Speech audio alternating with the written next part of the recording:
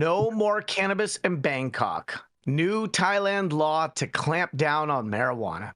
Cannabis was taken off the list of banned narcotics in June 2022 under the previous government, which included the pro-legalization Buhanjai Thai Party.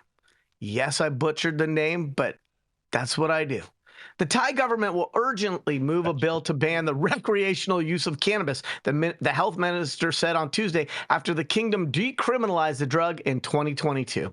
Cannabis was taken off the list of banned narcotics in June 2022 after the previous government, which included the pro-legalization Bumajai Thai Party. The move prompted hundreds of cannabis dispensaries to sprout around the country, particularly in Bangkok, provoking concern from critics who urge the need for tighter legislation. On Tuesday, the kingdom's health minister said the new bill, which bans the recreational use of cannabis, will be proposed to the cabinet meeting next week. The new bill will be amended from the existing one to only allow the use of cannabis for health and medicinal purposes, Cholan Shrikau told reporters. The use for fun is considered wrong. Prime Minister Shrestha Thavisin, who took office last August, has frequently voiced his opposition to the recreational use of the drug and said it should only be allowed for medical use. There was fresh pressure from the public last weekend after the attendees of a British rock band Coldplay show in Bangkok complained on social media, saying the entire concert smelled like marijuana. Sounds like probable cause to me. So let me kick this off. I've been to Thailand. And I watched as Thailand was another country with a national framework that treated cannabis like a houseplant and decriminalized it.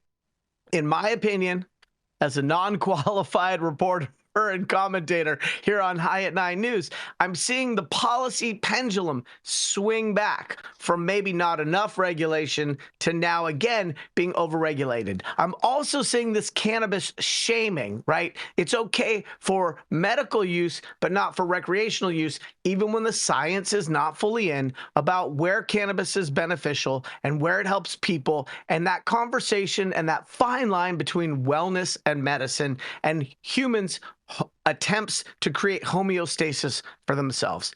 So my concern is this. Thailand is pretty lax when it comes to some things. In Thailand, for example, let's take their approach to sex.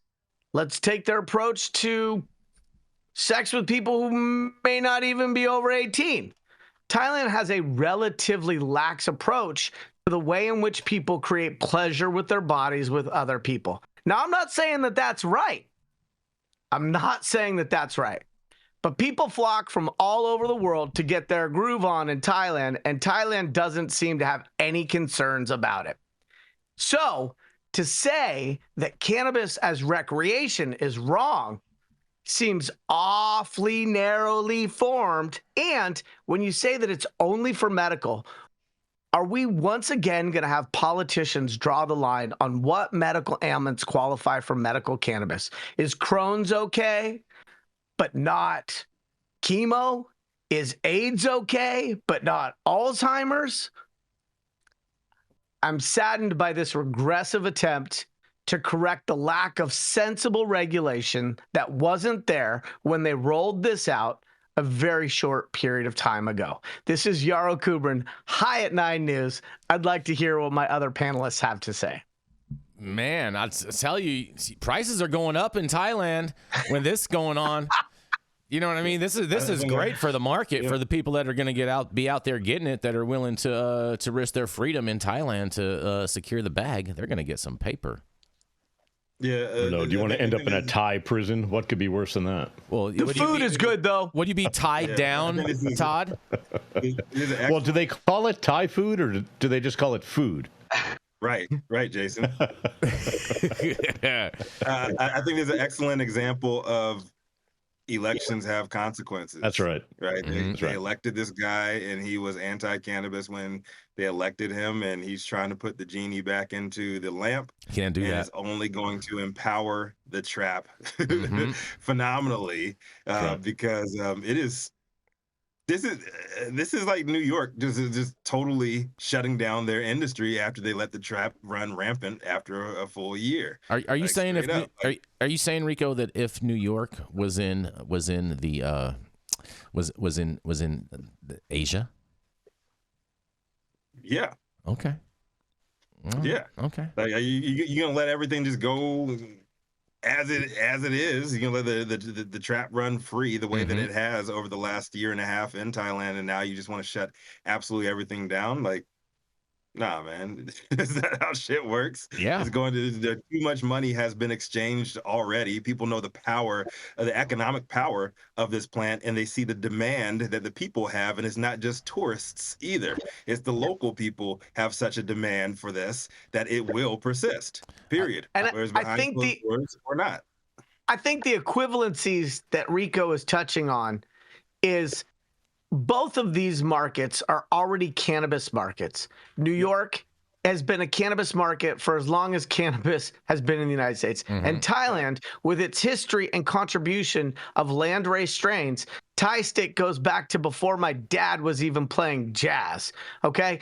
And so we're looking at these two markets, and what Rico is talking about is one of them thought they had it all figured out and has really stepped in the cow patty of regulation, and the other one said regulation, schmegulation, and now they're having to pendulum swing back to adjust for the fact that they didn't have a comprehensive set of rules and guidelines.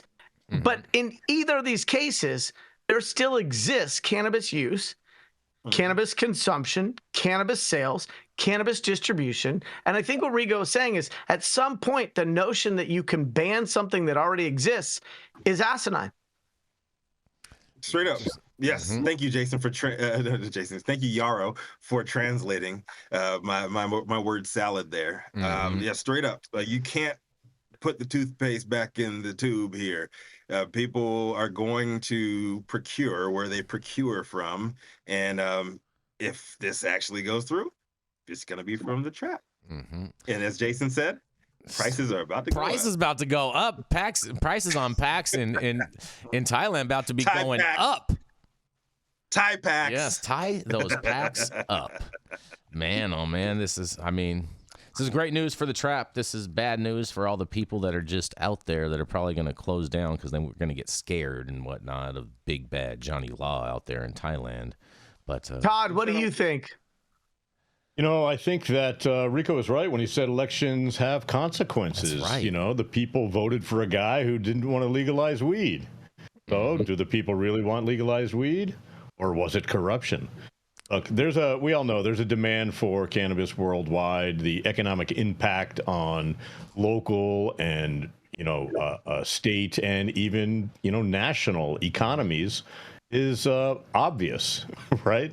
And the fact for them to do this is just silly. Like you said, you can't stop something that already exists. Prohibition did not work, right? That's why we have bars. Right. Exactly.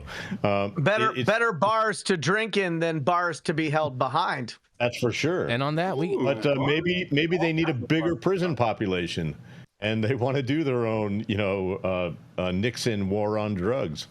I don't know. It's a mess out there in Thailand, and it's a bummer because it could be a huge market and really boost the economy there. we got to go to a commercial. We're going to be right back.